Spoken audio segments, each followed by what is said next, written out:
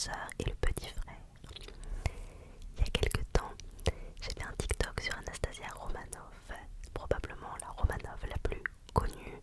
Il y a eu beaucoup d'adaptations de films, de livres, de dessins animés sur elle. Et puis la fameuse rumeur comme quoi Anastasia est survivante, qui du coup a fait de ce personnage un personnage très connu.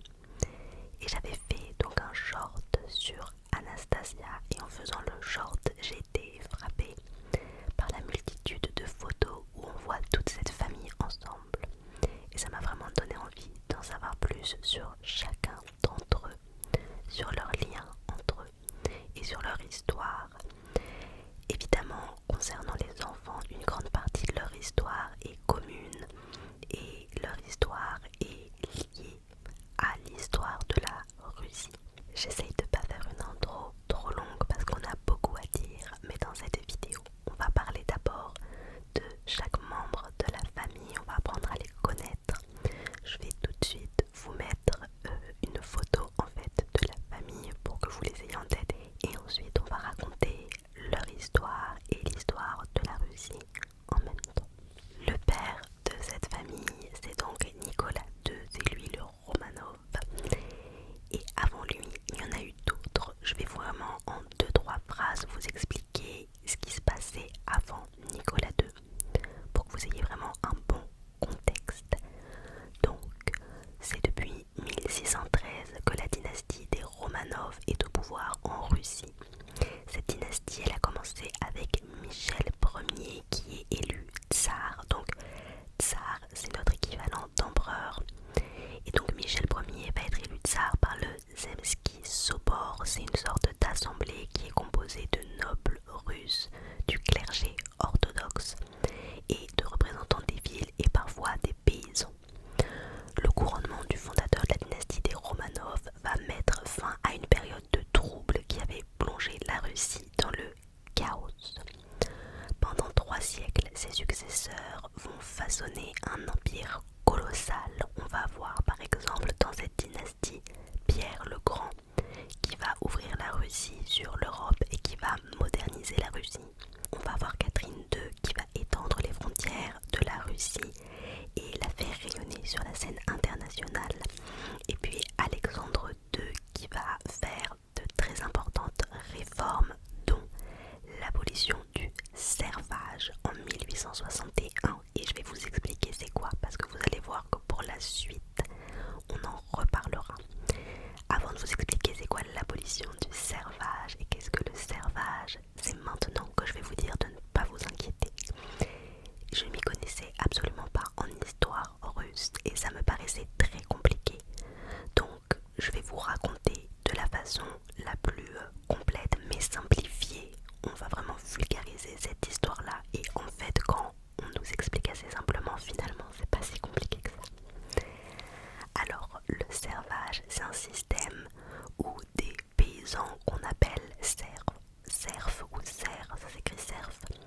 Ces paysans sont liés à la terre d'un seigneur et lui appartiennent quasiment comme des esclaves. C'est l'équivalent russe du féodalisme médiéval européen. Nous commençons donc avec, maintenant qu'on a un peu le passé, on va commencer avec notre tsar et notre tsarine. Le 6 mai 1868, après 3 siècles de règne Romanov, Nikolai Alexandrovitch Romanov naît.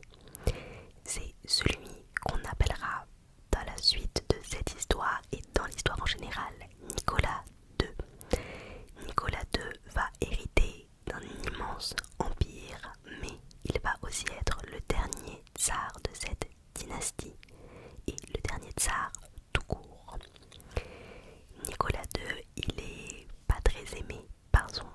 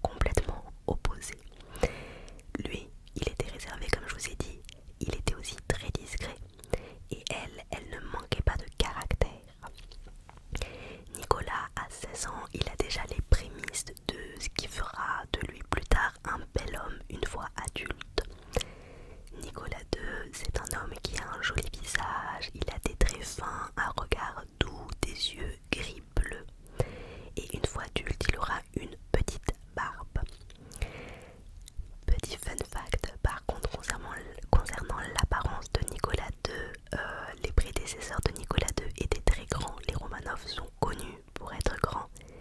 Lui, une fois adulte, Nicolas II, il mesure 1,73 m, ce qui est petit pour un Romanov.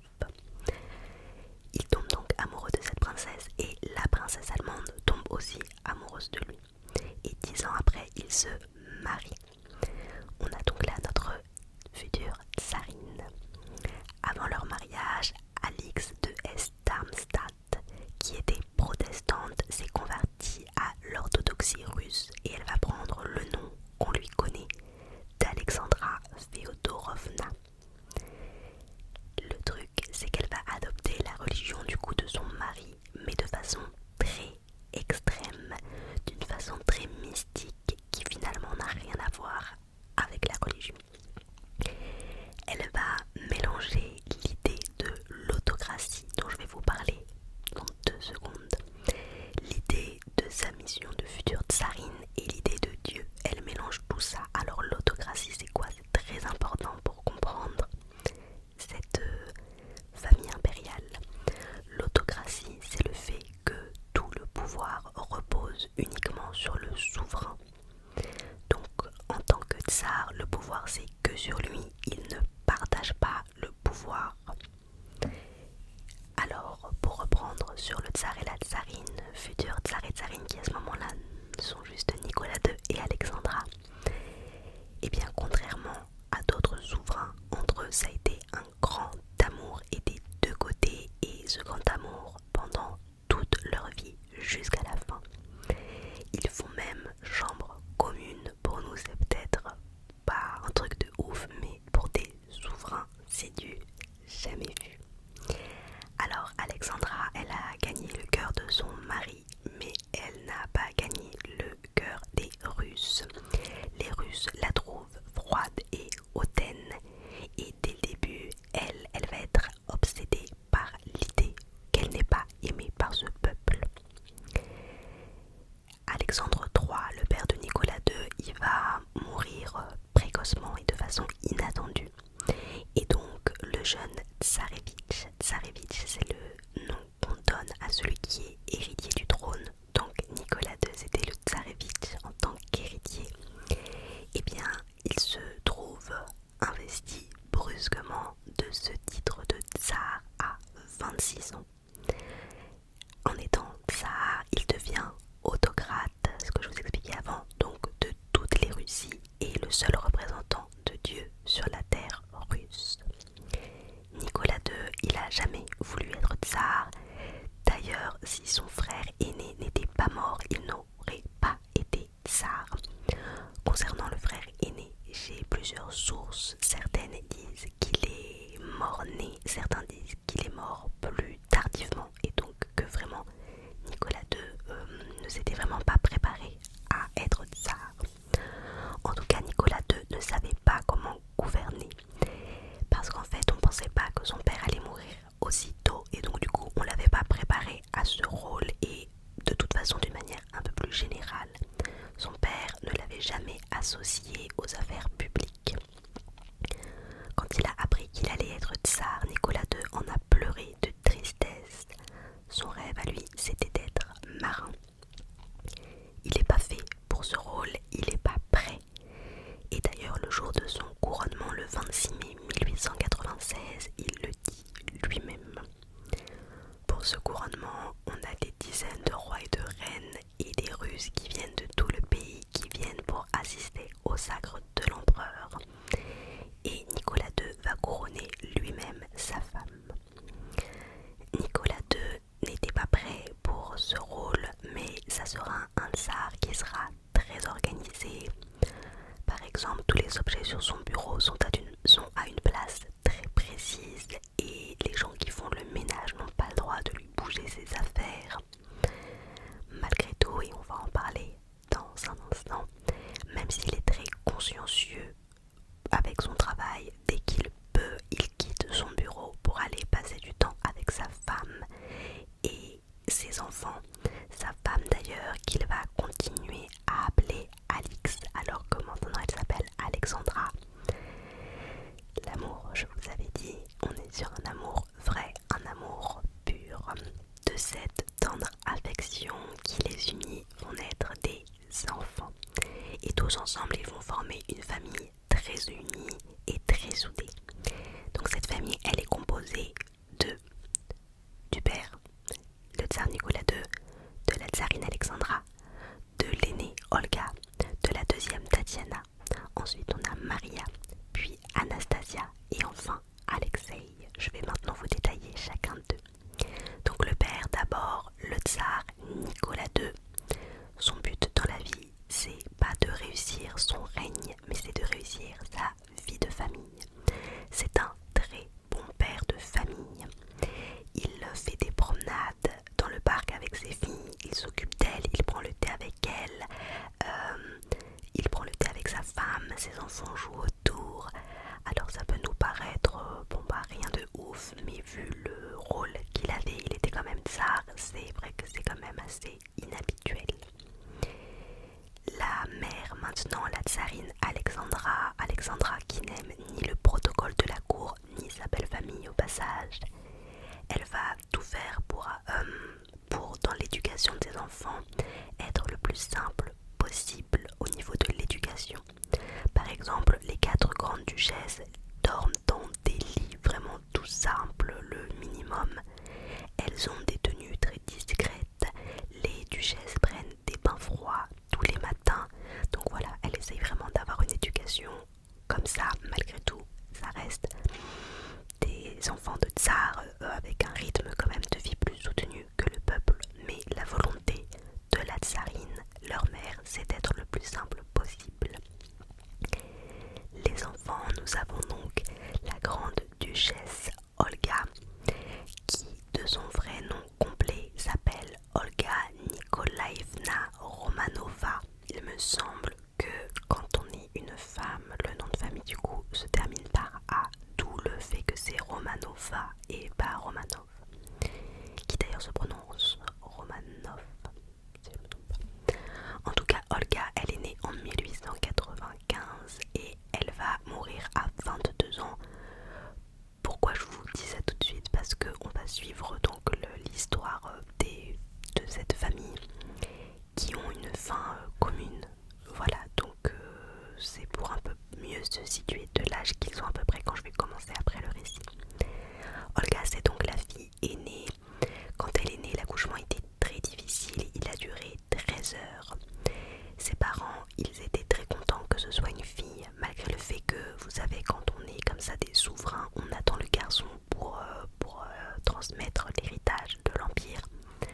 Eux, ils étaient très contents que ce premier enfant soit une fille, parce qu'ils disaient que si ça avait été un garçon, ça veut dire que l'enfant aurait appartenu au peuple. Comme c'est une fille, c'est leur enfant.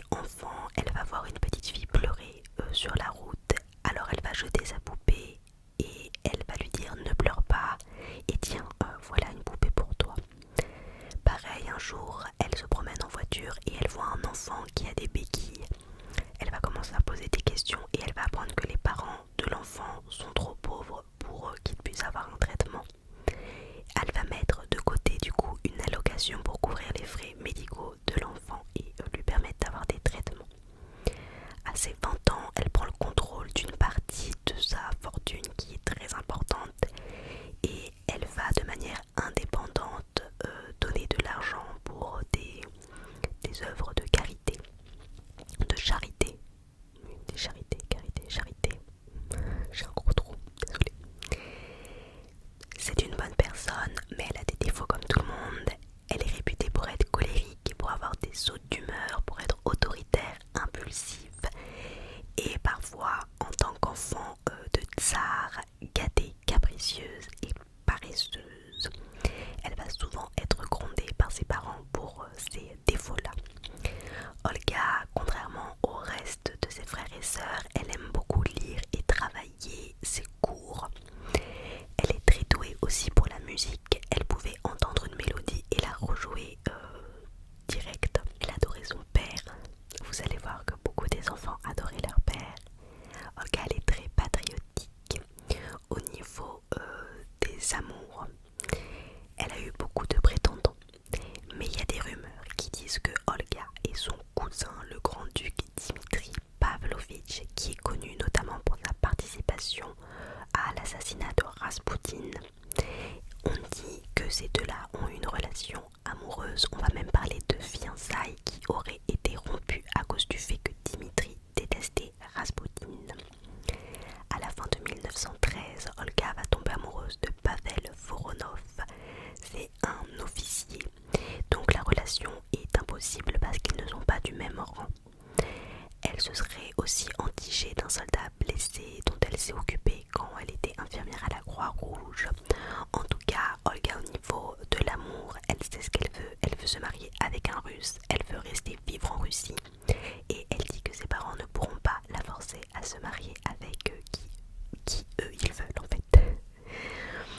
La grande duchesse, elle est énormément, elle passe beaucoup de temps avec une autre de ses sœurs, c'est sa sœur Tatiana. Elles dorment dans la même chambre, elles s'habillent pareil et on les surnomme la grande père. On va du coup maintenant passer à la duchesse Tatiana. Tatiana, de son vrai nom, Tatiana Nikolaïevna Romanova, qui est née en 1897. On a à peu près toujours 2 ans d'écart entre les enfants. Elle va mourir à 21 ans. Et à sa naissance, tout le monde est très déçu parce que ce n'est pas un garçon. Voilà, pour la première, ça allait, mais là, ils veulent un garçon. Tatiana, elle est grande, mince, elle a le teint foncé, des cheveux au burn, des yeux bleu gris, elle est élégante et elle est considérée par beaucoup, comme la plus belle des filles du tsar. Elle a pas mal de courtisans. On l'appelle Tania, Tatia, Tatianochka, Tanushka et on la surnomme aussi parfois la gouvernante parce qu'elle est un peu autoritaire et elle sait ce qu'elle veut. Elle est d'une nature plus réservée et timide que les autres et on l'estime comme étant la plus courageuse de la famille. Tatiana, elle est profondément croyante et c'est quelque chose qu'elle a en commun du coup avec sa mère et c'est pour ça que ça va être la fille préférée de sa mère. Tatiana, elle aimerait beaucoup avoir des amis de son âge, mais à cause de son rang, sa vie en société est plus compliquée que les autres, d'autant plus que sa mère a un gros problème avec la haute société de Saint-Pétersbourg. Tatiana, elle est très poétique, elle rêve de l'idéal, de grandes amitiés, voilà. Elle a un grand talent pour la couture, la broderie, le crochet et elle coiffe sa mère mieux que n'importe quel coiffeur professionnel. Niveau amour, elle serait tombée amoureuse d'un officier de cavalerie russe, Dimitri Yakovlevitch Malama, qu'elle a rencontré quand il était blessé en 1914, mais on n'en sait pas plus. Nous passons maintenant au 3e enfant, la grande duchesse Maria, de son nom Maria Nikolaïevna Romanova, qui est née en 1899 et qui va mourir à 19 ans. La naissance et l'accouchement du coup de la tsarine pour accoucher de Maria a été si difficile qu'on a cru que la tsarine et Maria allaient mourir. Finalement, elle est née en très bonne santé. Maria, elle est charmeuse, romantique, elle est très facile à vivre, elle est douce, elle est gentille et ses sœurs l'appellent Ange parce qu'elle est toujours sage et ça les énerve un peu. Malgré sa sagesse, ça reste une enfant, une fois, elle a volé plusieurs gâteaux à la vanille sur la table à thé de ses parents. L'impératrice, pour la punir, lui a dit de se coucher plus tôt, mais son père, Nicolas II, a dit non, non, non, non, non. Et il a donné comme explication qu'il est rassuré parce qu'elle était tellement sage qu'il avait peur qu'elle ait des ailes, donc des ailes d'ange qui lui poussent, et il est très heureux de voir que c'est une enfant humaine. Maria, elle a beaucoup de force. Adolescente, elle était capable de soulever ses tuteurs, ses professeurs du sol. Côté amour, elle a eu quelques flirts innocents avec de jeunes soldats qu'elle va rencontrer au palais ou lors de vacances en famille. Et pendant la guerre, elle va avoir un béguin pour un officier, Nikolai Dimitrievitch Demenkov. Et souvent, elle va demander à son père de saluer du coup cet officier. Et elle signait ses lettres qu'elle envoyait à son père de Madame Demenkov pour rire. Ça montre bien la complicité que le tsar avait avec ses filles. Elle partage une chambre avec sa sœur Anastasia, qui donc est née après elle, et on les appelle toutes les deux la petite paire pour faire le contraste avec les deux sœurs aînées qui sont du coup la grande paire. Et on passe du coup à Anastasia. Anastasia Nikolaïevna Romanova, qui est née en 1901 et qui est morte à 17 ans. Quand Anastasia est née, Nicolas II n'est pas allé tout de suite féliciter sa femme, il est allé pleurer parce que c'était encore une fille. On l'appelle par son prénom, parfois par la version française de son prénom, donc Anastasie, ou alors on va la surnommer Nastasia, Nastia, Nastas, Nastenka. Au sein vraiment proche de sa famille, on va aussi l'appeler Malenkaya, qui veut dire petite en russe, et son père l'appelait Schwipsik, qui veut dire joyeuse, petite espiègle en allemand. C'était apparemment la préférée de son père et elle lui rendait bien, elle lui laisse des petits mots d'amour paternel sur le bureau en disant que c'est le plus génial des papas, qu'elle voudrait être tout le temps avec lui, etc. Par rapport à ses sœurs, elle n'a pas un comportement très digne d'une grande duchesse.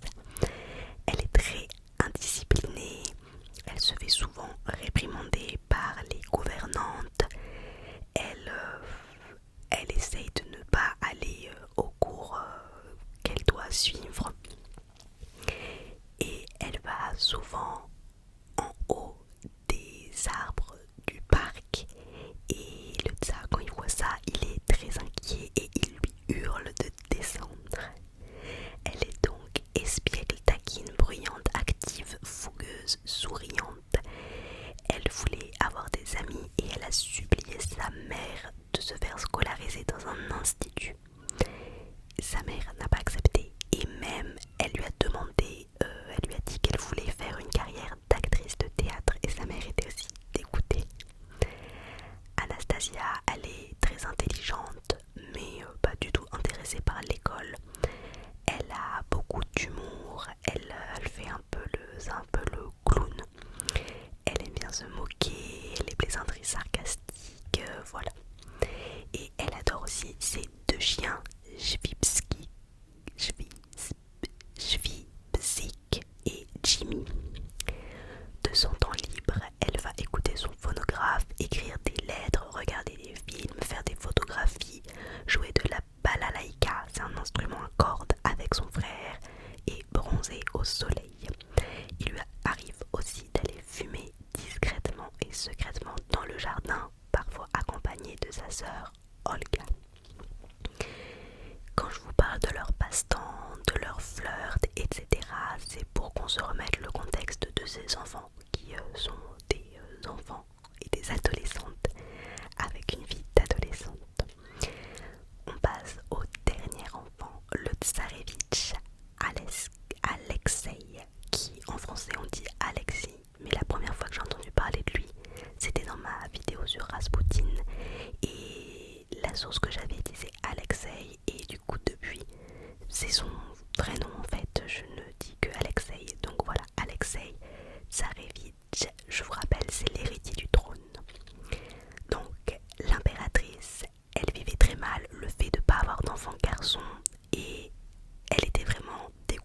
et obsédée par l'idée que du coup son garçon c'était un des frères de Nicolas II qui allait hériter du trône et elle voulait vraiment pas ça.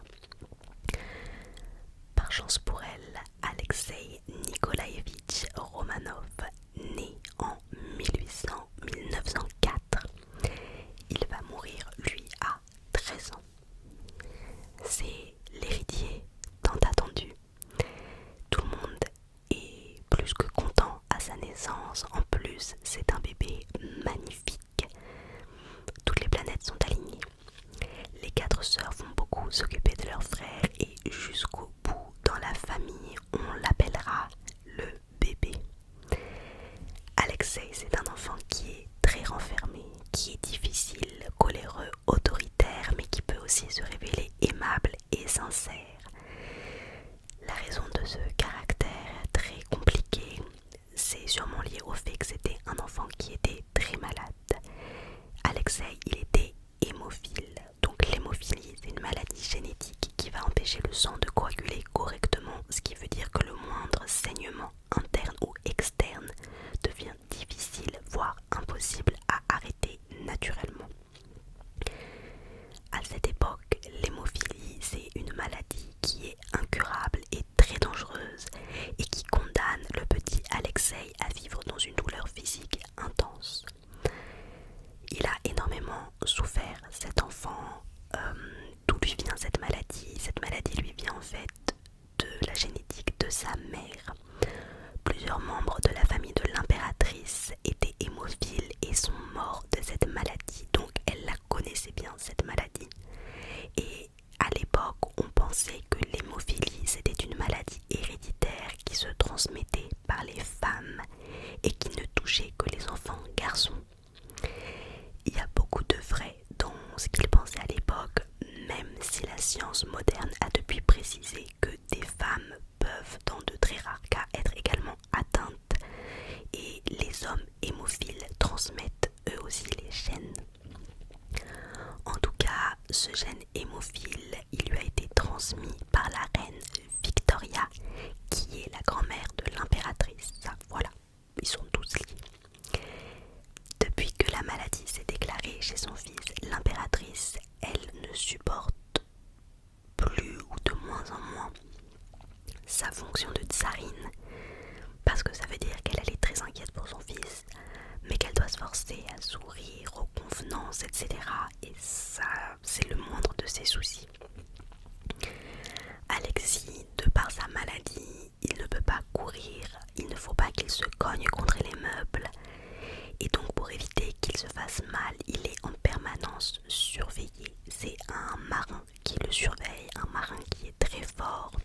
Il l'accompagne partout. Il peut le porter dans ses bras quand Alexei par exemple a des douleurs et qu'il ne peut pas marcher. A noter que son père aussi, Nicolas II, va souvent prendre son fils dans les bras mais il n'est pas tout le temps avec lui. Dans cette maladie, Alexei va connaître parfois des périodes de rémission. Malgré tout, la tsarine Alexandra ne va jamais se débarrasser de l'angoisse qu'elle a vis-à-vis de son fils, l'angoisse qu'il se fasse mal, l'angoisse qu'il meure. La maladie d'Alexei, c'est le secret absolu pour le tsar et la tsarine.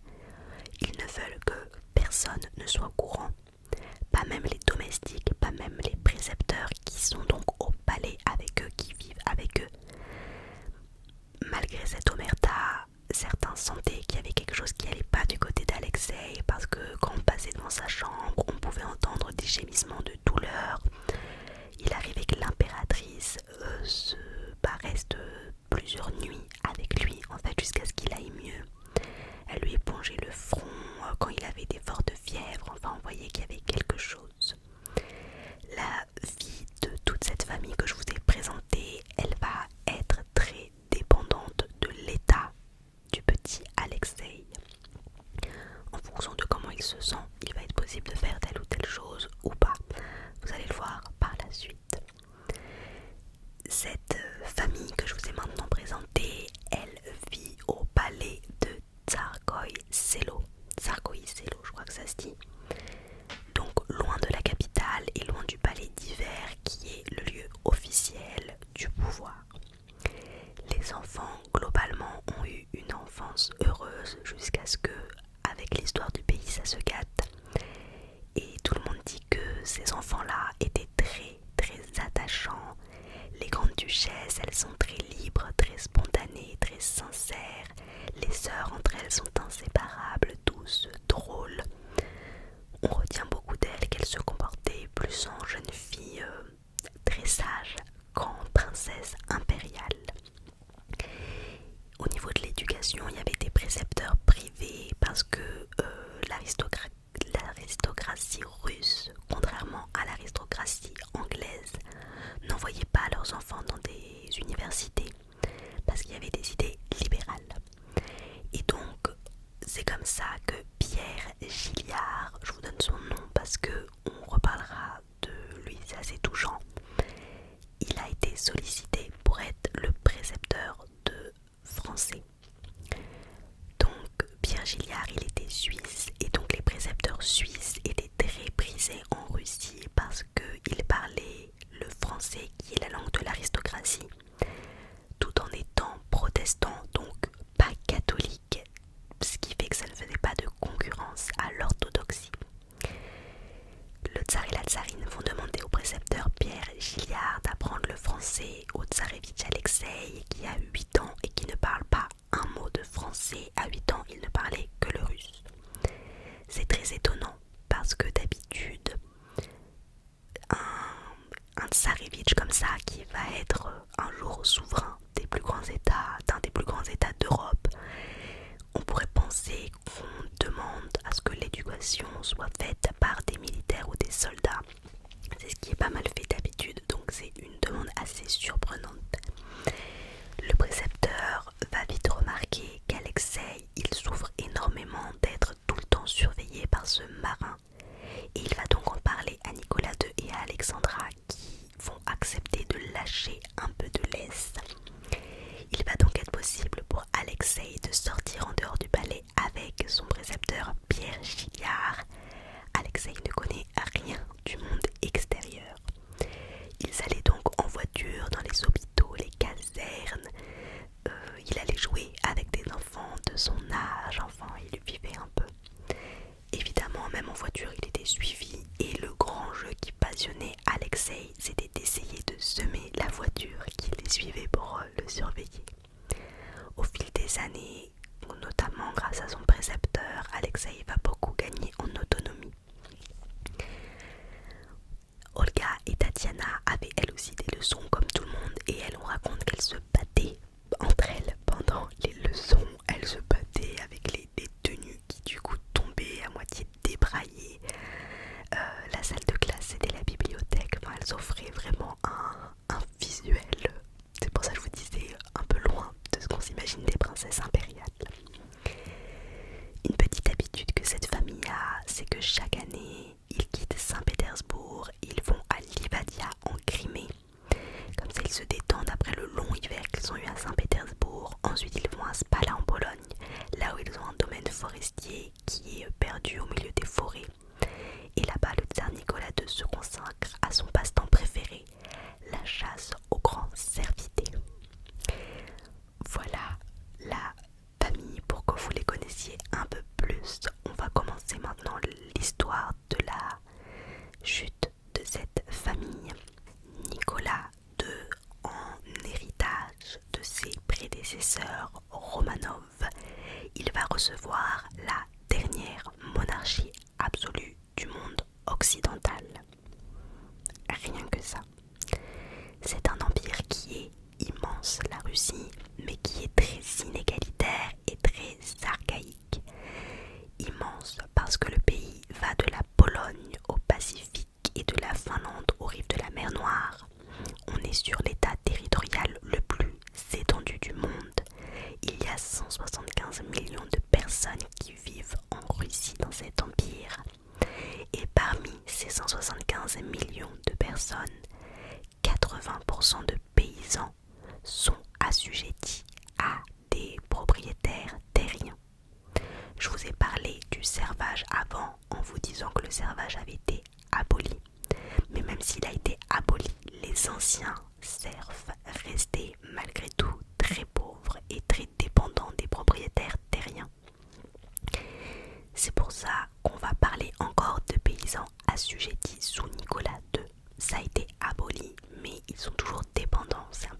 n'avait jamais été aboli en fait.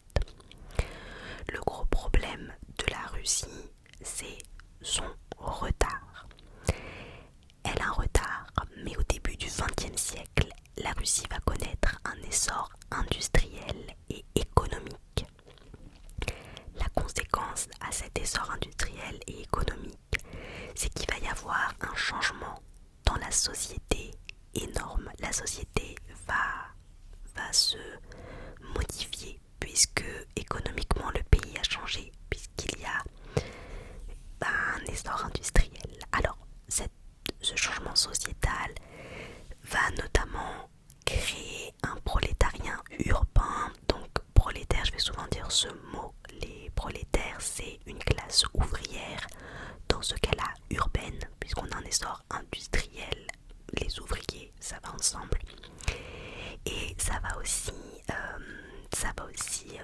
faire naître une petite et moyenne bourgeoisie dans les grandes villes du pays.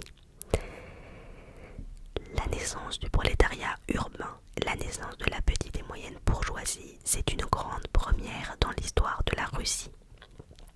C'est quelque chose qui est hyper important parce que avant l'industrialisation, la Russie, elle était surtout composée de paysans à la campagne, de nobles propriétaires terriens et ensuite le tsar au sommet. C'était ça qui composait. Donc là, ça veut dire qu'on a des nouvelles couches sociales qui représentent la population de la Russie. Et ces nouvelles couches sociales, du coup, elles vont commencer à avoir des revendications. J'espère que jusque là c'est clair. J'essaie de faire au plus clair. Alors, ces revendications, c'est quoi? Le prolétariat urbain, donc les ouvriers, ils travaillent dans des conditions brutales et ils réclament des droits sociaux tels que un meilleur salaire, les journées de travail réduites et des conditions dignes. La bourgeoisie, ceux qui sont donc aisés, eux, ils contribuent à l'économie du pays et donc ils réclament des libertés politiques comme ce qu'on va retrouver en Europe occidentale. Par liberté politique, on entend le fait d'avoir un parlement, une constitution, la liberté de la presse. Le problème, c'est que ça va à l'encontre de la conviction de Nicolas II, donc de la fameuse autocratie que je vous ai dit que c'était important, qui dit que le tsar a le pouvoir absolu et ne partage pas son autorité. En donnant à la bourgeoisie des libertés politiques, en leur donnant le droit de donner leur avis, ça va à l'encontre du fait que le tsar est le seul à gouverner. Donc Nicolas II, il est pas chaud pour tout ça. Ce qui fait qu'en 1905, le 3 janvier, les ouvriers d'une grande usine d'armement de Saint-Pétersbourg à l'usine Boutilov se mettent en grève. Rapidement, les travailleurs des autres usines de la ville les rejoignent et ils décident tous ensemble d'aller porter une lettre au tsar. Cette lettre elle est écrite de manière très respectueuse, mais elle demande clairement à Nicolas II d'écouter les souffrances de son peuple. Le problème qui se pose, c'est que la société russe, elle est en train de se moderniser, mais elle reste dans un système archaïque.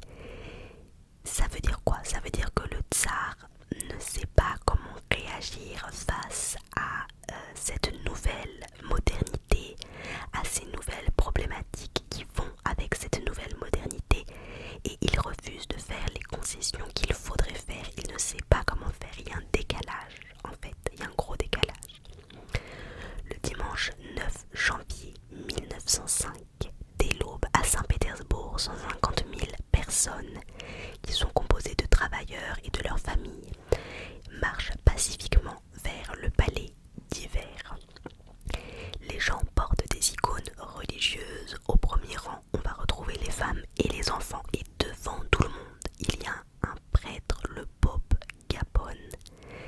Derrière lui, il y a le portrait du tsar et une grande bannière blanche sur laquelle il est écrit « Les soldats ne tirent pas sur le peuple ».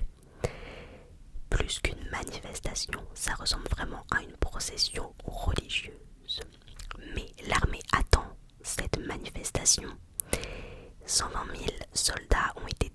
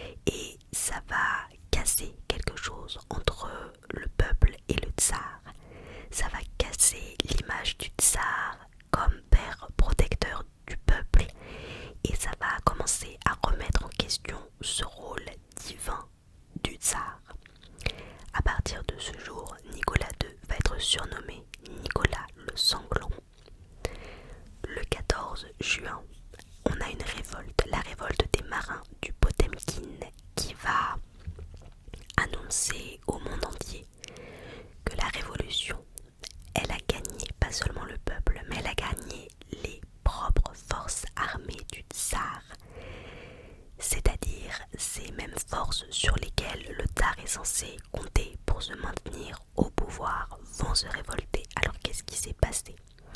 On est à bord du cuirassé Potemkin, donc d'un navire en gros.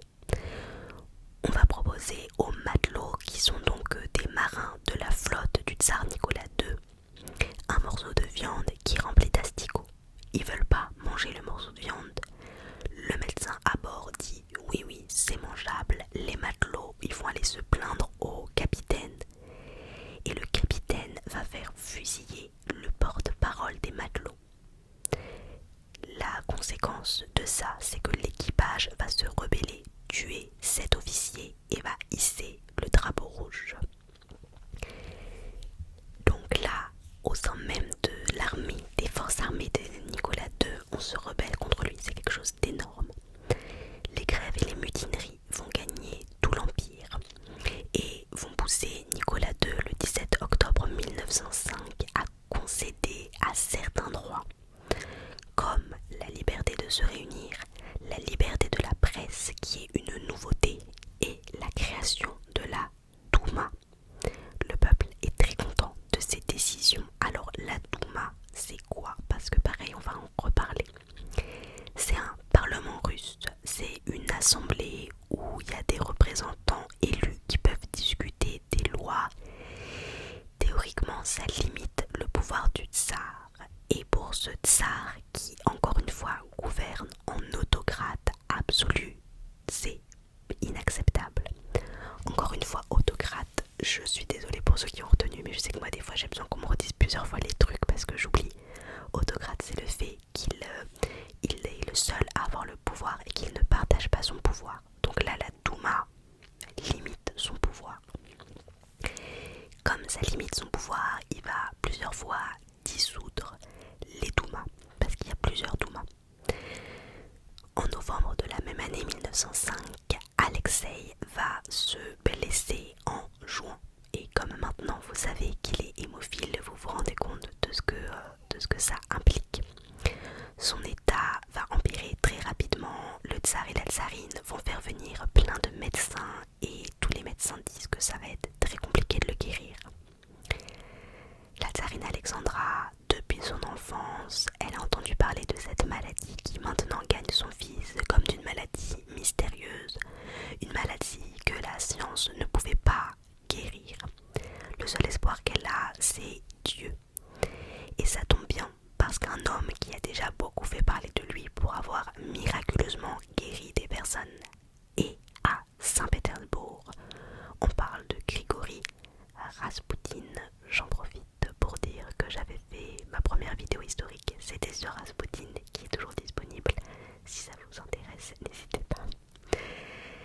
Ce Raspoutine, il aurait dit à une duchesse de dire à la tsarine qu'il ne faut pas qu'elle s'inquiète parce qu'il va guérir son fils. Et c'est comme ça que Raspoutine, immense, qui est un paysan d'une quarantaine d'années, va débarquer au palais des Romanov en cafetan noir avec un col rempli de graisse, tout comme ses cheveux d'ailleurs, et avec une barbe hirsute. Ceux qui ont vu la vidéo sur Raspoutine, je vais légèrement me répéter sur cette partie-là, puisque les faits sont toujours les mêmes. Raspoutine, il arrive donc près de ce petit Alexei qui est en très mauvais état. Il va passer sa main sur son corps et là Alexei va tendre la jambe qui était blessée. Il n'a plus mal. Côté mystique mis à part, parce que Raspoutine il fait aussi des prophéties, il est vrai que c'était un bon guérisseur, mais pour le cas d'Alexei, aujourd'hui on a quand même des petites explications à cette amélioration de sa santé et ça va pas être la seule fois qu'il va soulager les douleurs d'Alexei. Une des choses qu'on sait, c'est que le tsarevitch Alexei, on lui donnait de l'aspirine. L'aspirine, ça fluidifie le sang et donc pour un hémophile, c'est la pire chose à donner. Donc Raspoutine, en fait, quand il est arrivé pour soigner Alexei, il a mis de côté les médicaments. Et rien que le fait d'avoir mis de côté ces médicaments, ça permet tout de suite de voir une amélioration assez immédiate de son état. On raconte qu'un jour à distance, via un télégramme,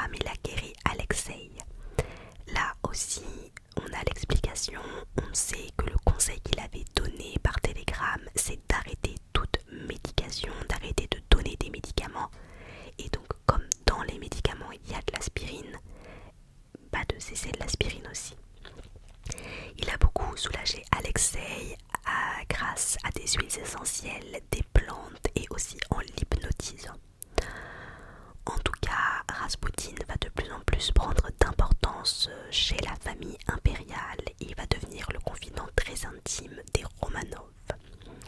Carrément, il va aller raconter le soir aux enfants des vieux contes russes et parfois le tsar et la tsarine vont les rejoindre pour écouter eux aussi. Fin juin 1914, on a l'assassinat de François Ferdinand à Sarajevo. Ça va embraser l'Europe.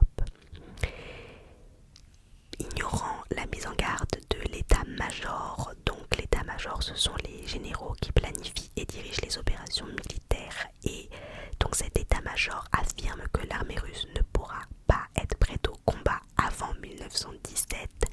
Malgré cette mise en garde, Nicolas II va décréter la mobilisation générale. La mobilisation générale, c'est quand un pays décide d'appeler tous ses soldats à rejoindre l'armée pour se préparer à la guerre. Les usines basculent vers la production de guerre. En gros, le pays se prépare à la guerre. L'impératrice, elle va interroger Raspoutine sur cette question et Raspoutine va lui dire qu'il ne faut pas que la Russie fasse la guerre. Il lui dit que l'Allemagne va être vaincue par les Russes, mais que ça va signer la perte de la Russie et de la famille Romanov. Le 1er août, l'Allemagne et la Russie se déclarent mutuellement la guerre. C'est la Première Guerre mondiale. Et là, ce peuple qui avait beaucoup de mal avec Nicolas II va, au commencement de cette guerre, avoir un élan patriotique. Le peuple va montrer du respect envers le tsar, l'activité révolutionnaire est stoppée, donc plus de grève, les ouvriers se remettent au travail. Nicolas II, il espère que ça va continuer comme ça, au moins jusqu'à la fin de la guerre. Mais dès que la guerre commence à avoir un impact sur la vie des gens, l'opinion publique rebascule et les paysans, soldats, se demandent pourquoi ils se battent. Par loyauté envers la France, Nicolas II va choisir d'attaquer l'Allemagne plutôt que l'Autriche, alors qu'attaquer l'Autriche aurait été beaucoup plus facile. C'est une erreur stratégique fatale. Dès les premières semaines, l'armée russe va être écrasée par les Allemands dans la région des lacs de Mazurie, faisant 70 000 morts et 100 000 prisonniers. Si le peuple avait l'espoir d'une victoire rapide, ça va s'effondrer à ce moment-là. Les soldats ont l'impression d'être de la chair à canon et on a une grande incompétence de l'état-major. Tout ça accumulé fait que le moral des troupes est complètement sapé et que finalement ça va alimenter le climat révolutionnaire au sein même de l'armée.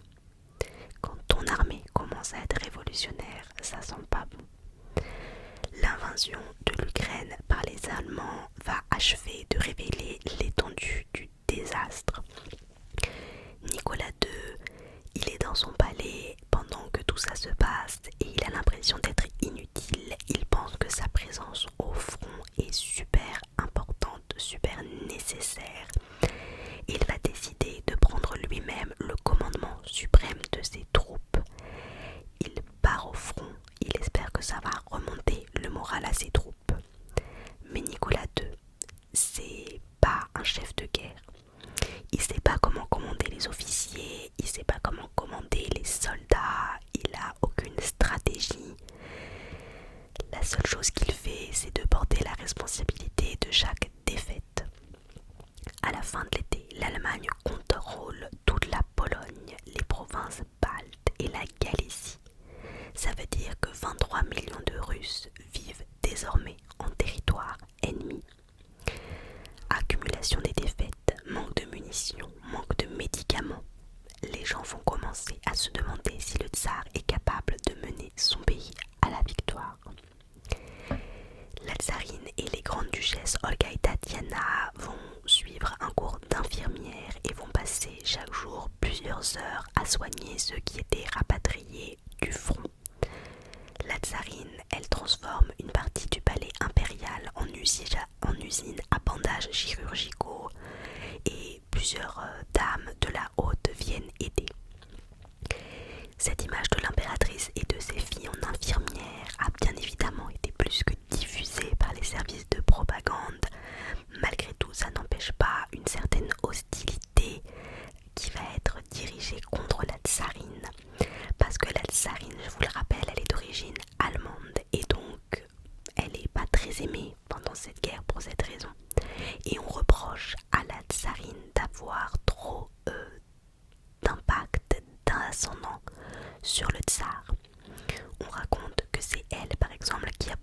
mari à prendre le commandement de l'armée.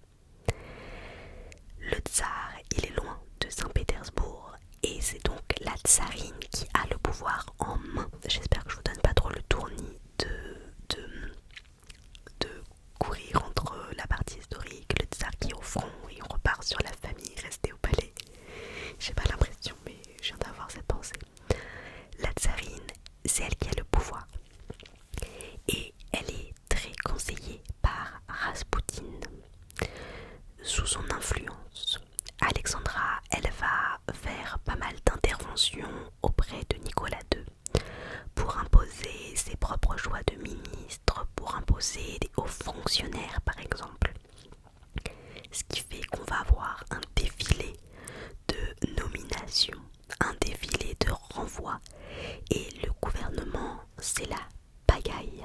Personne ne va pouvoir rester assez longtemps à son poste pour faire un travail correctement parce que les gens étaient hop, supprimés et on rajoute quelqu'un d'autre, supprimés, on rajoute quelqu'un d'autre. Raspoutine, il va renforcer la conviction d'Alexandra que l'autocratie, c'est le seul régime qui convient pour la Russie. Donc que le pouvoir absolu du tsar ne doit jamais être remis en question. C'est guidée par cette idée qu'elle va virer les principaux ministres, qu'elle va renforcer la surveillance de la Douma, qu'elle va censurer la presse, interdire les réunions publiques et financer des groupes d'extrême droite antisémites qui accusent les juifs des défaites militaires. Le pays va alors commencer à se dire « Mais Alexandra, elle est allemande de naissance. Est-ce que finalement elle ne souhaiterait pas que la Russie perde cette guerre? Et tiens, puisqu'elle est proche de Raspoutine, est-ce que Raspoutine ne serait pas un espion allemand ?» L'opinion publique, ça va toujours en descendant pour la famille. En début de octobre 1915, l'empereur va présenter son fils Alexei à ses troupes. En fait, il veut montrer à son armée son fils qui représente l'avenir, qui représente la dynastie. Ça donne de l'espoir, ça rappelle pourquoi on se bat. Et c'est vrai que le petit Alexei va beaucoup les intéresser. Malgré tout, vous l'aurez compris, l'autorité impériale est plus que jamais remise en doute. On dit de Nicolas II qu'il n'a pas d'autorité ni sur ses troupes ni sur sa famille et on va avoir des caricatures de la tsarine et de Raspoutine qui vont commencer à circuler, des caricatures d'eux dans des positions pas très orthodoxes. Pour essayer de reprendre le contrôle de cette situation politique désastreuse, Nicolas II va pour la première fois honorer de sa présence les représentants du peuple en se rendant au palais pour rencontrer les députés de la Douma. Vous savez qu'il a plein de fois fait en sorte que la Douma ne se fasse pas. Il n'y va pas et là il y va pour essayer de les amadouer. Évidemment quand il va à la Douma, il n'y a personne de présent qui va devant lui critiquer ses choix. Et donc Nicolas II il repart, il se dit « Ah, tout le monde est d'accord avec moi, tout va bien ». Le truc c'est que la Douma n'est pas de son côté et la Douma va redevenir révolutionnaire et anti-monarchique. Au lieu d'octroyer les libertés que la Russie demande, Nicolas II, mal conseillé et isolé de son peuple, il pense que il va pouvoir rétablir son autorité avec des mesures, mais chaque mesure ne fait que rendre le peuple plus mécontent. Voilà, je pense que vous avez compris, le peuple n'est vraiment pas content. Le tsar, il est séparé de sa femme et de ses enfants, mais je vous avais dit au début que c'était une famille très unie et c'est une famille qui a besoin d'être ensemble. C'est pourquoi Alexandra va rendre visite au front. Elle va voir le tsar au front et elle emmène ses filles rendre visite aux paysans, à des familles de cheminots. Et c'est vrai que malgré le fait que l'opinion sur le père soit très mauvaise, la simplicité de ses filles font que tout le monde les apprécie, tous ceux qui les rencontrent les apprécient. Les filles les enfants, donc pendant les promenades, elles sont entourées d'enfants, elles leur donnent plein de bonbons, enfin, on a ce contraste. À l'hiver 1916, on a une montée des mécontentements à cause du manque de vivres et de carburant, à cause du carnage de la guerre qui panique tout le monde, à cause du fait que les gens ont la dalle, que les gens sont sans chauffage et qu'ils pensent que le gouvernement est corrompu. Le gouvernement voit bien que les rassemblements publics se multiplient, mais pour l'impératrice, elle pense qu'une répression militaire dans la violence va suffire à calmer l'agitation et elle ne comprend pas à quel point la situation est grave. Elle est encore et toujours sous l'influence de Raspoutine et plusieurs personnes vont se dire faudrait peut-être s'en débarrasser de celui-là. Raspoutine, c'est le moment de vous parler d'une de ses très connues prédictions. C'est une prédiction qu'il va envoyer au tsar dans une lettre qu'on sait qu'il a envoyée en décembre 1916. Dans cette lettre, il écrit « Je sens que je quitterai ce monde avant le 1er janvier. Tsar de la terre russe, quand vous entendrez les cloches sonner, vous informant de la mort de Grigory, sachez alors, si des assassins me tuent, paysans russes, mes frères, vous, tsar russe, n'avez personne à craindre. Restez sur votre trône et régnez. Mais si vos proches ont commis le meurtre, aucun membre de votre famille, c'est-à-dire vos enfants et vos proches, ne vivra plus de 2 ans. Le peuple russe les tuera. » Effectivement, Raspoutine n'a pas passé l'année. Il est mort le 30 décembre, assassiné par des nobles, et c'est donc le grand-duc Dimitri Pavlovitch, dont je vous ai parlé avant, cousin de Nicolas II, qui en serait à l'origine. Cet assassinat n'arrange en rien la situation politique de Nicolas II. Il se retrouve encore plus isolé qu'avant. L'impératrice, elle est bouleversée de la mort de Raspoutine, qui représentait pour elle la seule personne qui pouvait sauver et aider son fils. Et donc elle demande à son mari de punir les assassins qui font partie de la famille impériale. Et la plupart des membres de la famille impériale, alors famille impériale élargie, pas les filles, pas ses filles et son fils, la plupart des membres, cousins éloignés et tout, de cette famille impériale demandent à Nicolas II d'être indulgent. Donc il se retrouve isolé de cette famille éloignée qui les a comme trahis. En février 1917, Nicolas II est fragilisé de toutes parts. La droite veut le remplacer pour mettre à la tête du pays quelqu'un qui s'associerait avec l'Allemagne. À gauche, on veut renverser la monarchie par la révolution. Dépassé par tous les événements, le tsar Nicolas II va dissoudre la Douma et va quitter Pétrograd. Pétrograd, c'est le nouveau nom de Saint-Pétersbourg parce que Saint-Pétersbourg, ça faisait trop allemand. Donc on l'a remplacé par Pétrograd. Et donc il quitte Pétrograd, Saint-Pétersbourg pour aller à Mogilev et il laisse la capitale livrée à elle-même dans un chaos pas possible. Et là vous allez voir, ça chauffe. Tout bascule le 23 février 1917, c'est la journée des femmes. On a une manifestation de femmes qui réclament du pain et l'égalité des sexes. Ça va rapidement se transformer en grève massive quand 90 000 ouvriers vont rejoindre le mouvement. Les jours suivants, la foule grossit, les slogans se durcissent et Pétrograd est bientôt paralysé par une grève générale. Nicolas II, il est à Mogilev, il est mal informé et il se contente d'ordonner par télégramme que l'ordre soit rétabli. Le 26 février, l'armée qui est censée calmer les manifestants. Le 26 février, l'armée, elle est censée réprimer les manifestants. Mais une compagnie de soldats va se rebeller. Et l'une après l'autre, toutes les forces appelées en renfort se fondent dans la foule. Les forces armées deviennent des manifestants. C'est cet événement qui va faire basculer la Russie dans la révolution. Après une révolution industrielle, économique et sociétale, on a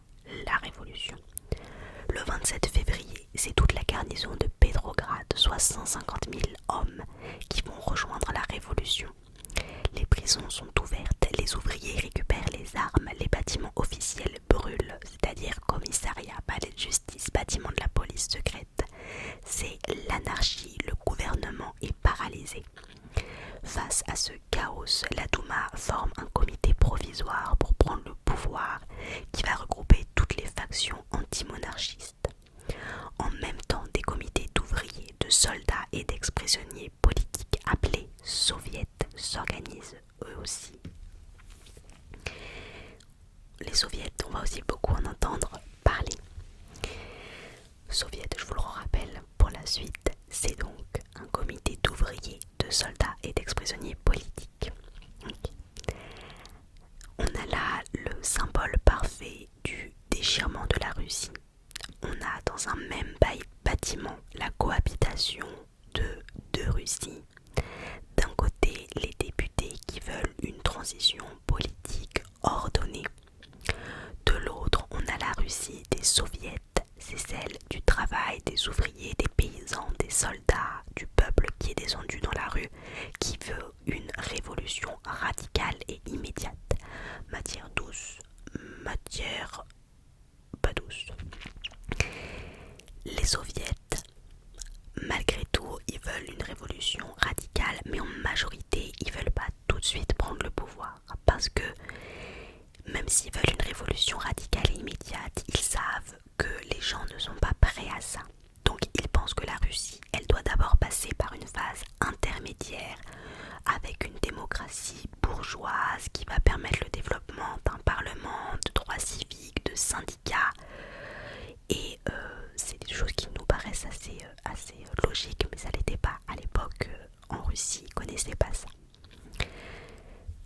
Pour revenir sur la famille impériale, à ce moment-là, l'impératrice, elle est seule avec ses enfants quand tout ça se passe. Et comble du malheur, tous ses enfants ont attrapé la rubéole. Alexei, avec sa santé fragile, est alité depuis plusieurs jours. Et comme la rubéole faisait perdre les cheveux aux filles, on a complètement rasé leur tête. Et elles mettent des chapeaux pour cacher ça. Et on a une photo des jeunes duchesses qui ont ce crâne rasé. C'est elles qui ont demandé à poser avec les crânes rasés parce qu'elles trouvaient ça très drôle et elles avaient hâte de voir la réaction de leurs parents quand ils allaient les découvrir avec le crâne chauve. Le truc, c'est que l'impératrice, quand elle a vu ça, elle a fondu en larmes parce que c'est comme ça qu'on va présenter les condamnés à mort. Et donc de voir ces filles comme ça, elle a eu une autre lecture, on va dire, de cette photo. Nicolas II, il va être prévenu en retard de tous les derniers événements. Il est très mal informé. Dès qu'il est mis au courant, il va quitter précipitamment le quartier général de Mogilev, évidemment. Les rebelles vont demander au tsar d'abdiquer. Abdiquer, ça veut dire quitter le pouvoir. Nicolas II va d'abord signer une abdication en faveur de son fils Alexei, ce qui est la succession normale et logique. Mais en tant que père, il hésite, parce que si Alexei devient tsar, il devra, comme le veut la tradition, être séparé de sa famille et confié à des tuteurs et conseillers d'État pour être formé à gouverner. Rappelez-vous, au début, je vous ai dit que Nicolas II lui-même a très mal vécu quand on lui a dit petit qu'il serait tsar, et probablement qu'il ne veut pas infliger ça à son fils. En plus, Alexei est gravement malade, il a besoin de soins constants. Le tsar et la tsarine vont consulter un médecin pour savoir si Alexei a une chance de survivre assez longtemps pour régner. Et le médecin dit qu'Alexei pourrait ne pas vivre au-delà de sa 20e année. Plutôt que condamner son fils malade à régner seul sans ses parents, et pour un règne sûrement court, il va transmettre le pouvoir à son frère, le grand-duc Michel. Mais le grand-duc Michel juge la situation incontrôlable et refuse.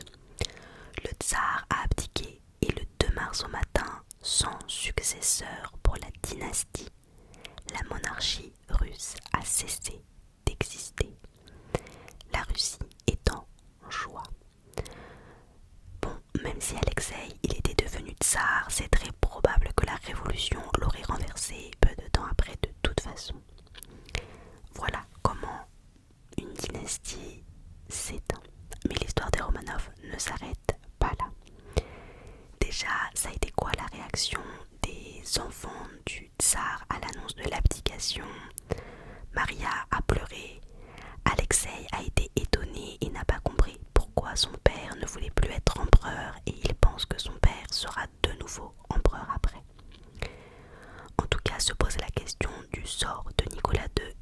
famille. Les membres du gouvernement provisoire veulent que le tsar parte à l'étranger le plus tôt possible. Mais les soviets, qui sont farouchement hostiles à l'ex-souverain et à son épouse, s'y opposent. Ils pensent que ce serait un danger s'il était à l'étranger pour la révolution. Il est décidé que toute la famille sera maintenue en résidence surveillée dans le palais de Tsarskoye Selo. Le 7 mars, on dit à tous ceux qui sont au palais, donc pas à la famille, mais aux précepteurs, aux domestiques, etc., de quitter le palais avant le soir, sauf s'ils veulent être aussi emprisonnés. Je vous avais parlé du précepteur de français Gilliard. Il va rester, vraiment, il va être d'une fidélité absolue le plus longtemps qu'il va pouvoir, vous allez le voir. Il reste pour les enfants. Tous ceux qui décident de rester à Tsarskoye Selo, hormis la famille impériale qui n'a pas le choix, choisissent une captivité volontaire. Le 8 mars, au matin, Nicolas II arrive à Tsarskoye Selo entouré de gardes. Il est pâle, il est amaigri et il fond en larmes dans les bras de sa femme. Les gardes rouges qui surveillent le palais de Tsarskoye Selo sont très intrigués par les prisonniers qu'ils gardent. Ils veulent voir l'héritier Alexei, ils interrogent à propos du tsar. Les duchesses vont assister à des choses dont elles n'avaient jamais assisté avant, notamment des soldats de garde qui sont éméchés, qui sont débraillés, qui vont pour certains s'amuser à abattre les biches qui vivent dans le parc. Le tsar déchu, maintenant emprisonné dans son palais doré, dans sa prison dorée, j'ai mélangé palais et prison dorée, et ce tsar déchu, Nicolas II, qu'on appelle maintenant le citoyen Romanov, ne se plaint pas de cette situation qui est humiliante pour quelqu'un de son rang. Il va considérer que Dieu a imposé sa volonté et qu'il faut l'accepter. Le peuple russe voudrait que le gouvernement provisoire mette fin à la guerre, mais le nouveau pouvoir va respecter les engagements qui ont été pris par Nicolas II auprès de ses alliés. Le 3 avril 1917, c'est le retour de Vladimir Ilitch Ulyanov, que vous connaissez sûrement sous le nom de Lénine, le chef des bolcheviks. Les bolcheviks, c'est un parti politique, et donc il arrive à Petrograd, acclamé par ses partisans. Son message à Lénine est très radical. Pour lui, la révolution doit aller plus loin, il faut sortir de la guerre et il faut donner tout le pouvoir aux soviets. On va avoir alors un bras de fer entre le réformisme bourgeois modéré de Kerensky, qui va représenter les mencheviks, et de l'autre côté la révolution prolétarienne radicale de Lénine, qui représente les bolcheviks. Les bolcheviks vont contrôler la plupart des soviets. Ils dénoncent un gouvernement provisoire qui est de plus en plus déconnecté du peuple. Pendant ce temps-là, les Romanov sont reclus dans leur palais. Nicolas II, il n'a pas accès à ce qui se passe dans son pays. Et comme le précepteur français reçoit encore la Gazette de Lausanne, Nicolas II lui emprunte pour essayer de comprendre ce qui se passe dehors. Au bout du 30e jour de captivité, on autorise pour la première fois les prisonniers, donc la famille impériale, à se promener dans le parc, évidemment toujours surveillés par les officiers de garde. L'empereur et son fils, l'ex-empereur et son fils, Alexei, sortent, mais une foule de soldats et de civils commence à s'assembler le long de la grille du parc pour les observer. Le commandant de la garnison leur demande de rentrer parce qu'il a peur qu'il y ait une manifestation hostile ou même un attentat contre eux. Et Nicolas II lui répond qu'il n'a aucune crainte et qu'il sait que ces braves gens ne lui feront rien et ne le gênent absolument pas. La famille va commencer à s'organiser au sein même de cette prison dorée pour essayer de continuer un semblant de vie. Le tsar et la tsarine déchus commencent à se poser des questions au sujet de l'éducation d'Alexei, parce qu'il n'y a plus de professeurs. Et donc ils décident que Nicolas II se chargera d'enseigner l'histoire à Alexei et la géographie, et Alexandra lui enseignera la religion. Pendant leur captivité, ils vont créer un potager dans le parc, évidemment toujours sous surveillance. Ce qui va permettre à la famille d'un peu souffler, d'un peu moins angoisser, parce que c'est une situation assez angoissante. C'est ce précepteur, Gilliard, qui donc a décidé de rester et qui va écrire des pièces de théâtre que les enfants vont jouer à leurs parents. Sur le front, la situation se dégrade rapidement. Kerensky, qui est devenu ministre de la guerre, va lancer une nouvelle offensive. Mais les soldats sont démotivés, ils refusent de se battre et ils vont se tourner vers les bolcheviks. L'offensive tourne au désastre le 18 juin, ce qui provoque la dislocation du gouvernement provisoire. Le 3 juillet, les bolcheviks tentent de s'emparer du pouvoir, mais ils échouent. Lénine s'enfuit en Finlande déguisé en pêcheur et Kerensky prend la tête d'un nouveau gouvernement le 7 juillet. Il craint qu'un coup d'État monarchiste utilise Nicolas II pour restaurer l'autocratie. Et donc il va demander aux journaux d'arrêter de calomnier Nicolas II et la tsarine parce qu'il pense que ça pourrait chauffer ceux qui sont pour le retour de la monarchie. Il vient en personne voir la famille pour leur dire qu'ils vont partir en direction de Topolsk, qui est une ville de Sibérie occidentale située à l'écart du réseau ferroviaire. Les prisonniers doivent être prêts dès minuit, mais le train qui était prévu pour 1h du matin est retardé parce qu'on leur dit qu'il y a eu des complications avec les cheminots de Petrograd qui ont soupçonné que c'était destiné à la famille impériale. Tout le monde en Russie pensait que, à partir de l'abdication, la famille allait s'exiler, soit au Danemark, soit en Angleterre, soit dans un autre pays. Ils ne pensaient pas qu'ils resteraient en Russie. Finalement, vers 5h du matin, on leur annonce que tout est prêt et on les escorte jusqu'à la petite gare d'Alexandrovka et le train va partir à 6h moins 10. Le train va conduire la famille jusqu'à la ville de Tyumen. On est le 3 août 1917. Puis la famille va être montée à bord d'un bateau pour remonter le fleuve jusqu'à Tobolsk. À Tobolsk, on a aménagé une demeure spacieuse et confortable. C'est la demeure du gouverneur et aménagée spécialement du coup pour la famille. La famille va être affectée au premier étage. Ils sont surveillés évidemment par des gardes qui sont des ex-tirailleurs de la famille impériale. Les grandes duchesses, avec la simplicité qui fait leur charme, parlent beaucoup avec les soldats. Elles leur posent des questions sur leur famille, d'où ils viennent, les batailles qu'ils ont fait.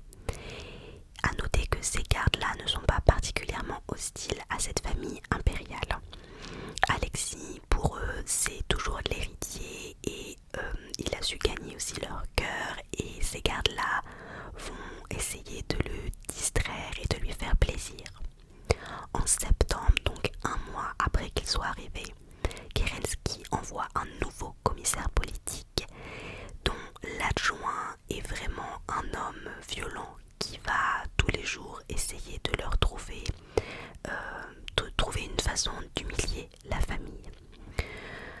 Qu'est-ce qu'ils font cette famille impériale à Tobolsk? Eh bien, une de leurs distractions, c'est préparer le bois nécessaire pour la cuisiner, le chauffage. En fait, comme l'empereur souffre beaucoup du manque d'exercice physique, le colonel avait amené des troncs de bouleau, des scies et des haches. Et donc voilà, il prépare le bois. La grande duchesse Anastasia, elle a une autre distraction, elle sèche les cours de catéchisme de sa mère pour aller fumer en cachette. Le 21 octobre, Kerensky ordonne aux soldats de Petrograd de partir au front. Mais Trotsky, qui s'est fait élire à la tête du soviet de soldats de ce régiment, les convainc de désobéir. 3 jours plus tard, dans la nuit du 24 au 25 octobre, les bolcheviks passent à l'action direction et prennent le contrôle de la ville. Ils vont s'emparer des gares, des banques et des centrales téléphoniques. Ensuite, Lénine va donner l'ordre d'attaquer le palais d'hiver où le gouvernement siège. Les soldats qui sont chargés de défendre ce palais vont à peine résister et les gardes rouges, donc les gardes rouges c'est la milice armée des bolcheviks, ils entrent et ils arrêtent les ministres. Ils vont découvrir que Kerensky a quitté les lieux plusieurs heures auparavant, il s'est sauvé. Lénine va prendre la parole et va proclamer que le pouvoir appartient désormais au peuple. Dans la foulée, il fait voter des décrets sur la paix, sur la terre, sur les droits des travailleurs. Le Congrès adopte à l'unanimité les décrets transférant tous les pouvoirs aux soviets. Alors pourquoi Lénine, que je vous ai dit qu'il était bolchevique, fait en sorte que ce soit les soviets qui aient le pouvoir?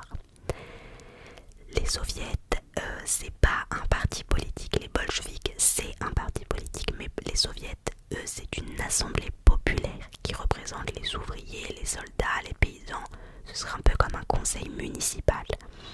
Et donc, dans cette assemblée, n'importe quel courant politique peut y siéger.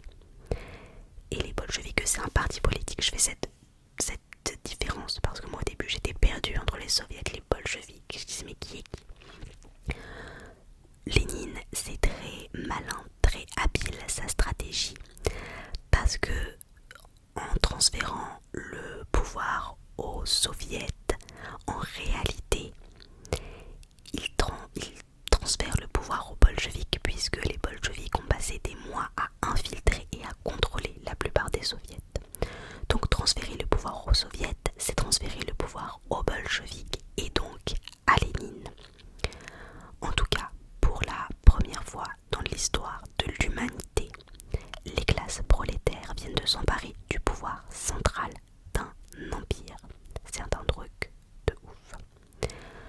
On va avoir une lutte de classe qui oppose la masse populaire et les élites bourgeoises qui va déboucher plus tard sur une guerre civile terrible qui va ravager le pays pendant 4 ans. Revenons là où on y est. Là où on y est, ça veut rien dire, là où on est. Quand Nicolas II apprend qu'il y a cette révolution bolchevique du pouvoir, il va regretter pour la première fois son abdication. Lui, il avait abdiqué parce qu'il pensait que ceux qui avaient voulu son éloignement seraient capables de mener à bien la guerre et donc de sauver la Russie. Et là, il se rend compte que ça a été en fait inutile et qu'il a même desservi sa patrie en s'en allant. Leurs conditions de détention deviennent de plus en plus dures au fur et à mesure des mois. Par exemple, le colonel va annoncer que la famille Romanov sera mise à la ration de soldats et chaque membre de la famille recevra 600 roubles prélevés sur leur fortune personnelle. La famille, elle avait amené avec elle une suite de plusieurs dizaines de personnes. Il y avait des domestiques, des médecins, des précepteurs, des cuisiniers. Le budget global devait couvrir toutes ces personnes, ce qui fait que c'était une somme du coup qui était insuffisante à leurs besoins.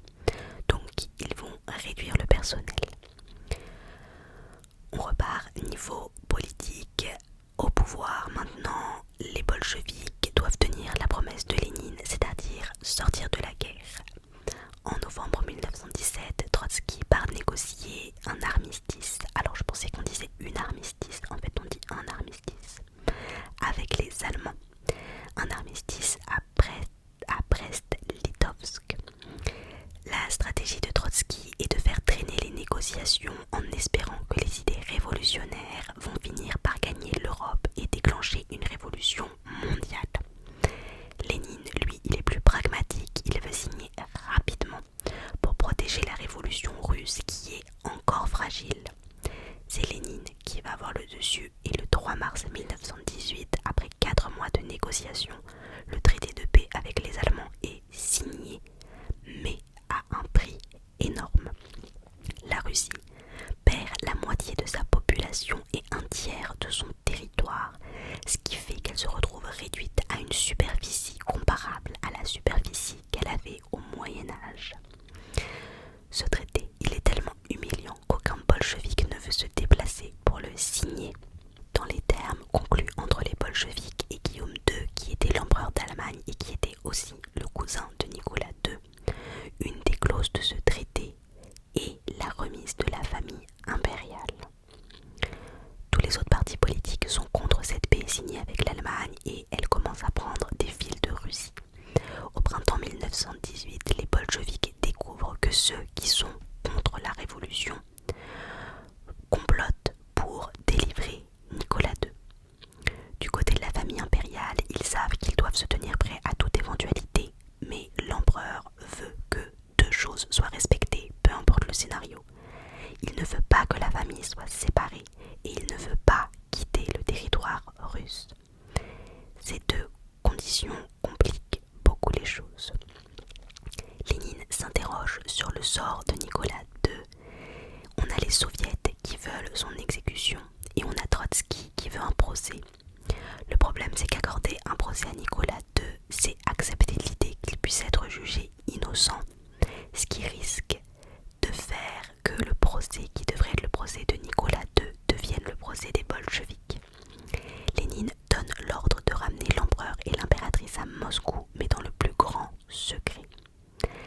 Alexeï, à ce moment-là, il est très malade et il ne supportera pas le voyage. Donc on va confier Alexeï au précepteur de français Gilliard. On lui demande de rester avec Alexeï. D'ailleurs, tous les enfants vont rester à part Maria.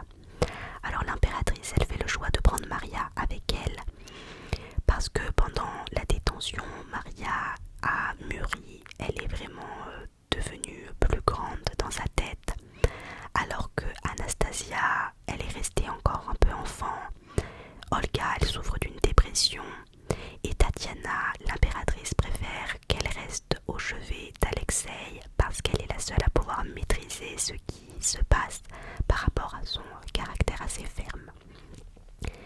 L'impératrice en pleine nuit enlace ses enfants en pleurant.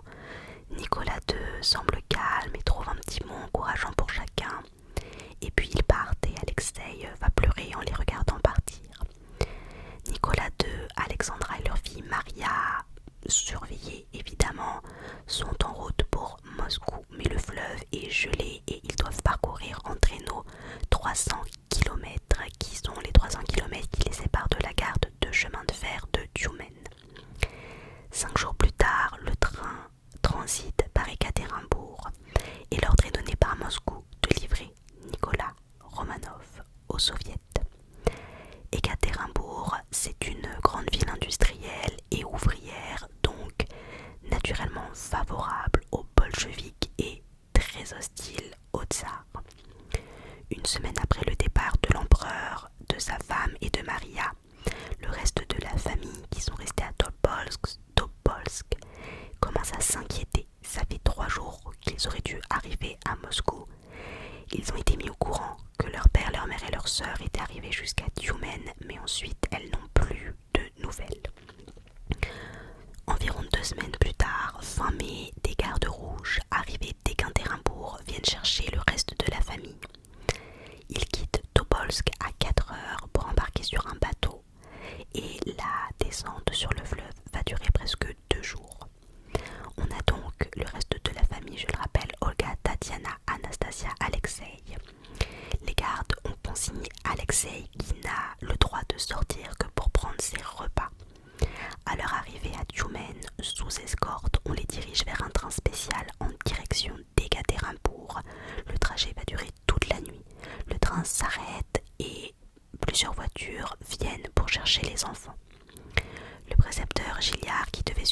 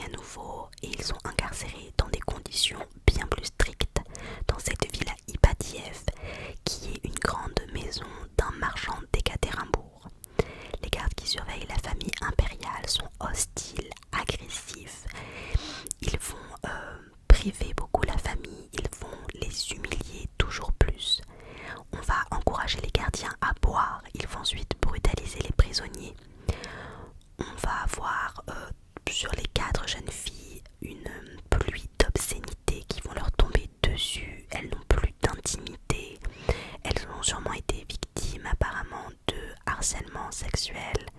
On a retrouvé plein de graffitis insultants. Côté Russie, c'est pas mieux. La Russie, elle est plongée dans une guerre civile brutale entre l'armée rouge des bolcheviks et les troupes blanches de la contre-révolution, ceux qui sont contre la révolution. Et le 16 juillet, les troupes blanches, donc ceux qui sont contre la révolution, commencent à s'approcher dangereusement d'Ekaterinbourg. Ils sont sur le point de reprendre la ville et donc menacent de libérer les Romanov, ce qui menacerait le nouveau pouvoir en place. Le jour même où les troupes blanches s'approchent d'Ekaterinbourg, Lénine donne l'ordre de procéder à l'exécution de la famille. Dans l'après-midi, toujours du même jour, tout s'est passé très rapidement le même jour. Pendant que Nicolas II et ses filles sont en promenade et qu'Alexandra se repose avec Alexei, 12 hommes se réunissent dans la chambre de Yakov Yurovsky, qui est un homme de la police secrète des bolcheviks qui avait été nommé commandant de la maison Ipatiev. Il explique le plan aux hommes et ils disent aux gardes dehors de se faire discrets et de ne pas s'inquiéter s'ils entendent du bruit pendant la nuit. À 22h, les grandes duchesses vont se coucher. Dans la chambre à côté, il y a Alexei, l'impératrice et le tsar. À minuit, Yurovsky réveille la famille en urgence et on leur dit de s'habiller car il faut évacuer au plus vite la maison à cause des troupes blanches qui approchent. Nicolas Romanov sort en premier, il prend Alexei dans ses bras. Sa femme et ses filles le rejoignent, suivis par le docteur de la famille qui est resté et leur tout dernier domestique, c'est-à-dire un valet, un cuisinier et une femme de chambre. On les guide jusqu'à une pièce en sous-sol avec des murs en plâtre mal tapissés d'une sorte de papier jaunâtre à rayures. Le tsar et la tsarine demandent 2 chaises. On leur apporte les chaises, Nicolas s'assoit avec son fils sur ses genoux et l'impératrice prend l'autre chaise et les 4 sœurs, elles, se mettent debout derrière eux. Yurovsky leur dit que les voitures sont en route pour venir les chercher et puis les gardes sortent de la pièce et remontent à l'étage. Yurovsky redescend de l'étage où il était monté, suivi par 12 hommes.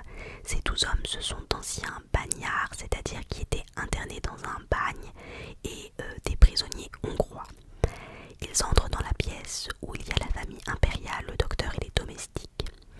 Dehors, il y a un moteur très bruyant d'un camion qu'on a fait démarrer pour couvrir en fait tous les bruits qui vont se passer.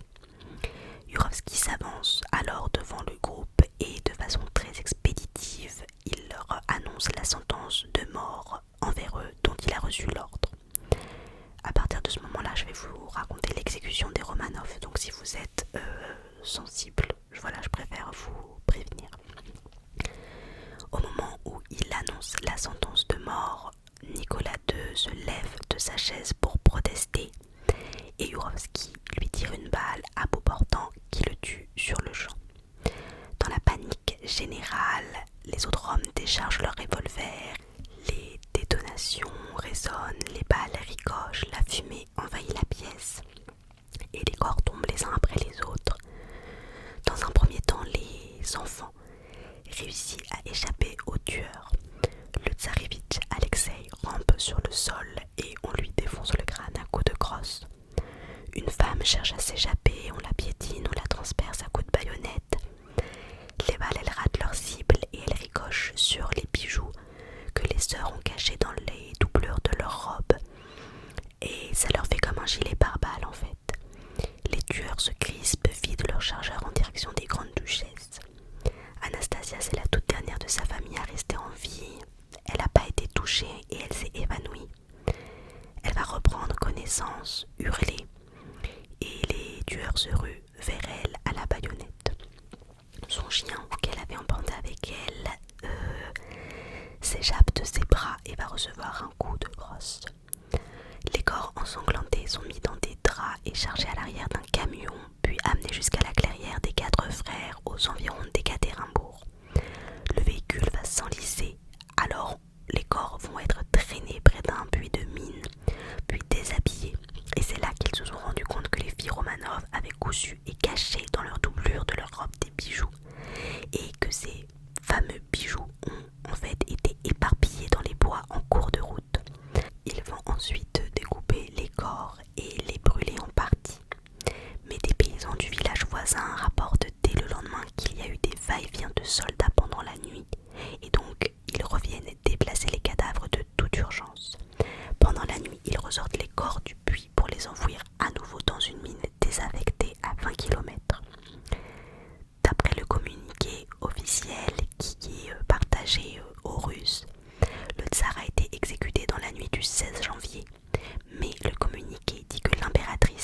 enfants ont été évacués et mis en lieu sûr et que seul le tsar a été tué.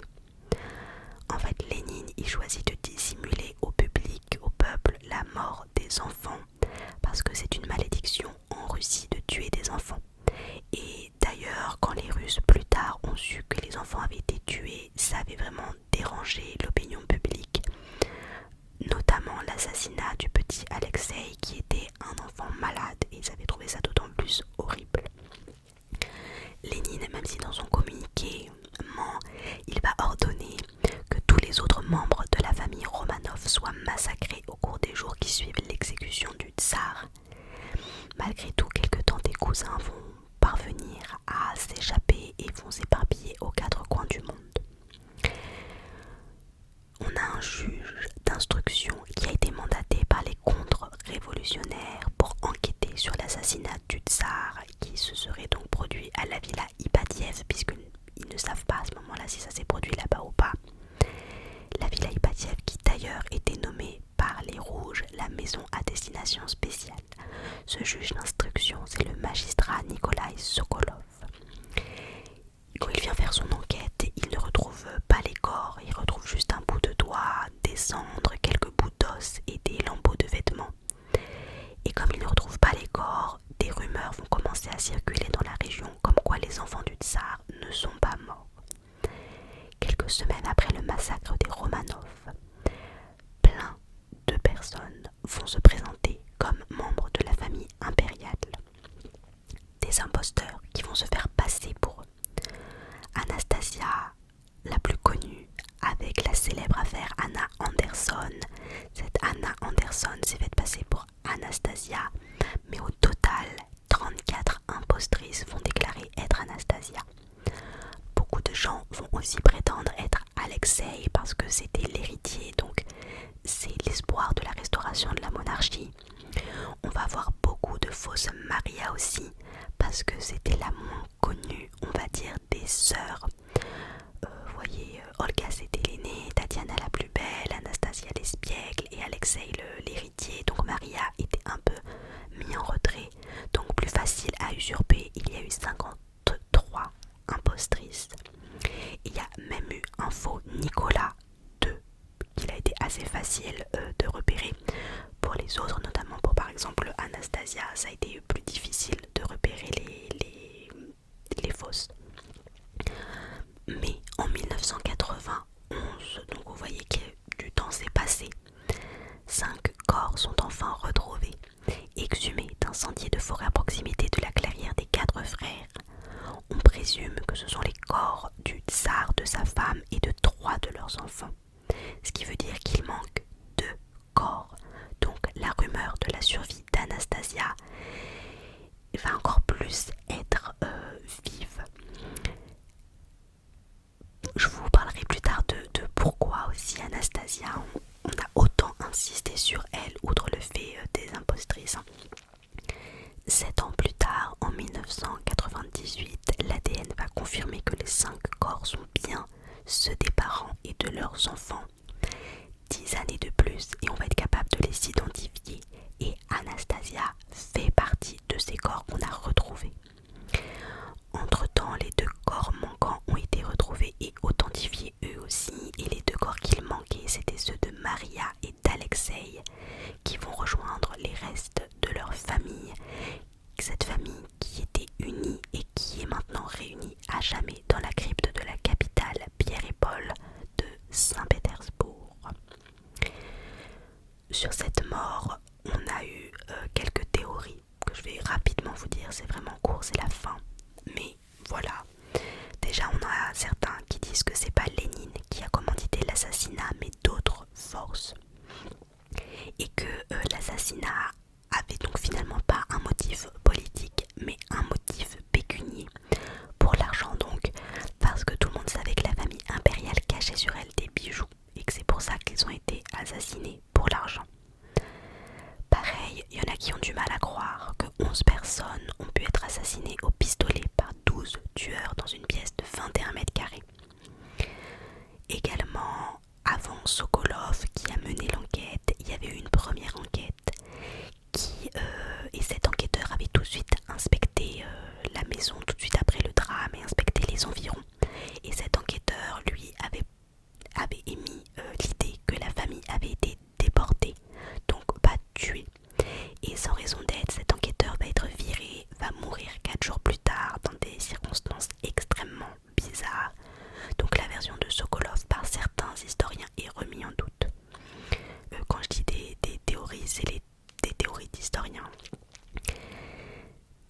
certains vont penser donc que le tsar seulement est mort, mais que les autres ont été exfiltrés et ont changé de nom. Même l'impératrice, comme quoi ils ont été mis dans différents pays, changé de nom, ils ont continué leur vie. Alors Anastasia, je vais finir par ça. Pourquoi on a beaucoup focalisé sur elle, outre le fait qu'il y a eu des impostrices, mais les autres aussi en ont eu.